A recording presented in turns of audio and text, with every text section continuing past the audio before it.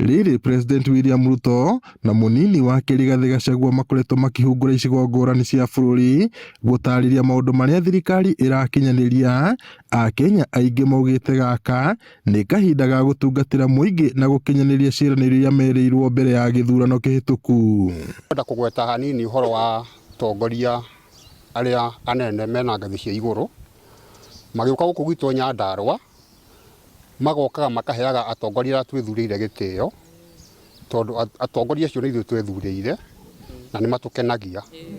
Na gũkũ mbere nĩ ithuĩ irigithathi rĩa UDA, nĩ ithuĩ twathurire MCA wa mbere gũkũ na nĩgetha atũtongoragie, koguo thirikari no tũmĩsapotaga.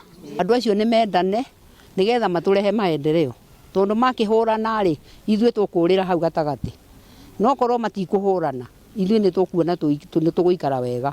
Macoke mathiĩ magĩtũthondekagĩra harĩa marona hathũku, nĩ tondũ ta ithuĩ rĩu harĩa tũikaraga harĩa Rũriĩ gĩcagi, na rĩu ona ithuĩ hau tũikaraga rĩ nĩ tũkwenda atongoria nao matũrorage. Ithuĩ ta gũkũ ground nĩ tugĩte twenda kũnyitĩrĩra atongoria arĩa othe twathurire, tondũ nĩ ithuĩ tũmoĩ, koguo nĩ tũrauga tũtienda kũhũrithanio na arĩa marĩ igũrũ.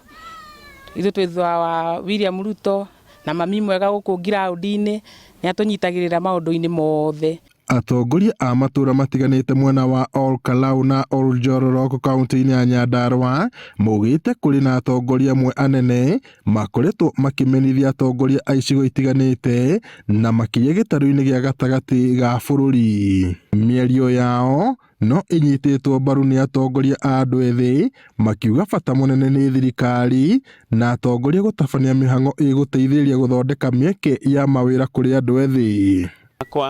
Ndirona bara ĩrĩa ĩrarwo thĩinĩ wa Mount Kenya ta ĩrĩ njega, tondũ kũroneka kwĩna mĩgarũ ĩrĩ ĩrĩ kuo.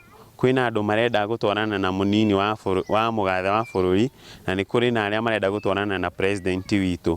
Tũrĩ akenu nĩ ũndũ wa thirikari ya William Ruto gũtũthikĩrĩria.